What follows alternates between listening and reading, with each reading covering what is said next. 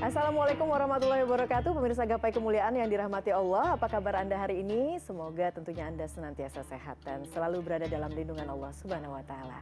Amin ya robbal alamin. Alhamdulillah, senang sekali hari ini saya Fayunizar kembali hadir menjumpai Anda dalam program kesayangan kita semua, Gapai Kemuliaan. Nah, selama 30 menit ke depan, insya Allah kita akan membahas masalah seputar ibadah sehari-hari yang tidak jarang masih banyak dari kita salah dalam memahami dan mempraktekannya. Dan seperti biasa, saya tidak sendiri. Hari ini sudah hadir bersama saya di studio ada gurunda kita semua, Kiai Haji Muhammad Faiz. Assalamualaikum Kiai. Waalaikumsalam warahmatullahi wabarakatuh. Kiai? Alhamdulillah sehat walafiat. Alhamdulillahirabbil alamin. Nah, tentunya pemirsa, Anda yang memiliki pertanyaan, Anda bisa kirimkan pertanyaan Anda baik berupa pesan teks maupun dalam bentuk video melalui nomor WhatsApp yang tertera di layar kaca. Anda juga berkesempatan untuk bertanya langsung kepada Ustadz melalui sambungan Zoom yang nanti secara teknis akan ditentukan oleh tim Gapai Kemuliaan.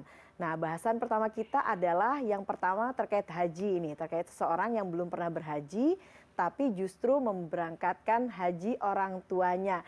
Nah, sebelum kita ke sana ini Kiai, terlepas dari kuota haji yang kemudian terbatas. Iya.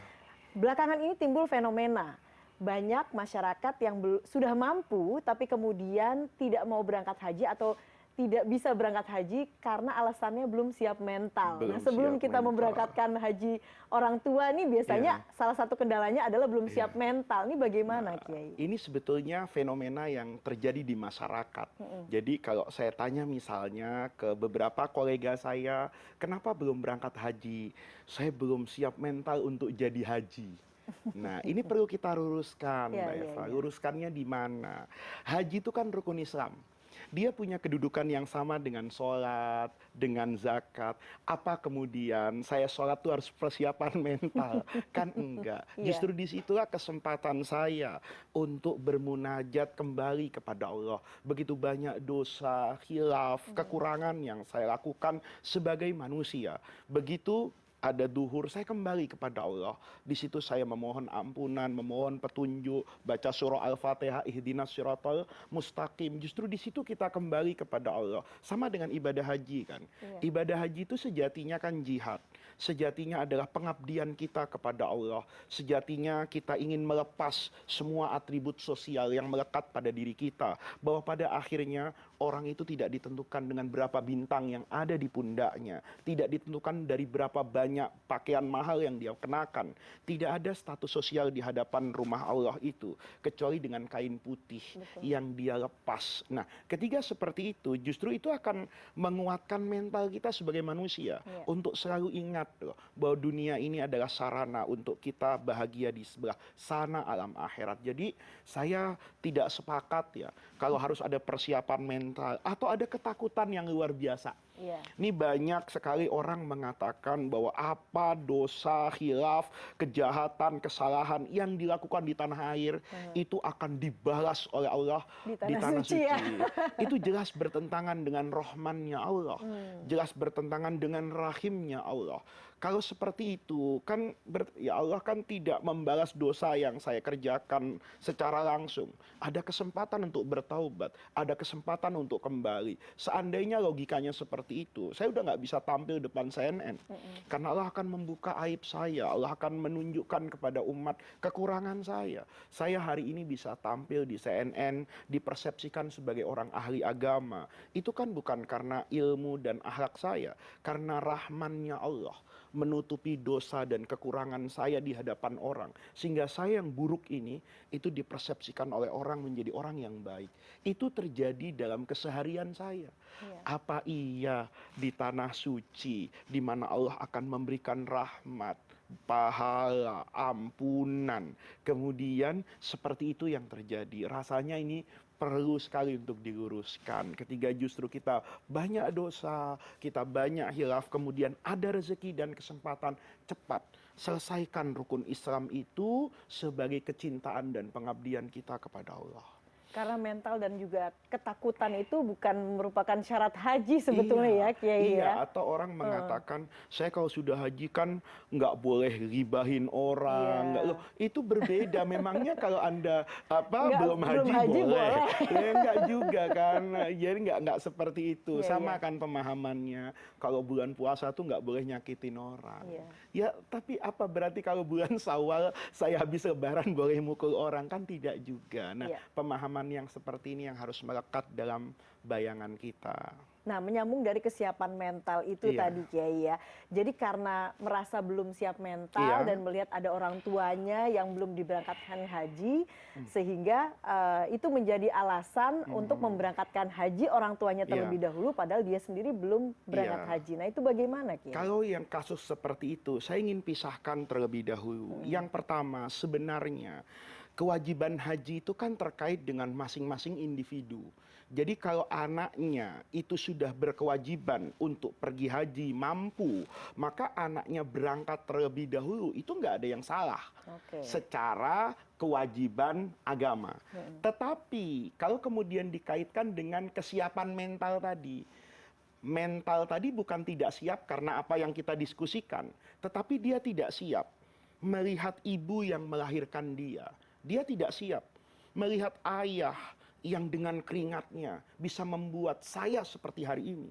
Saya melihat Ka'bah sementara ayah saya belum. Saya wukuf di Arafah sementara ayah saya belum. Maka kemudian ada pikiran dalam hati sang anak ini.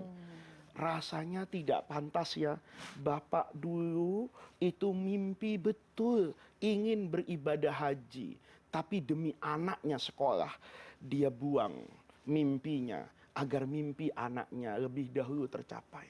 Kan di dunia itu Mbak Eva, ada orang yang tidak meraih mimpinya agar mimpi orang lain itu bisa terwujud.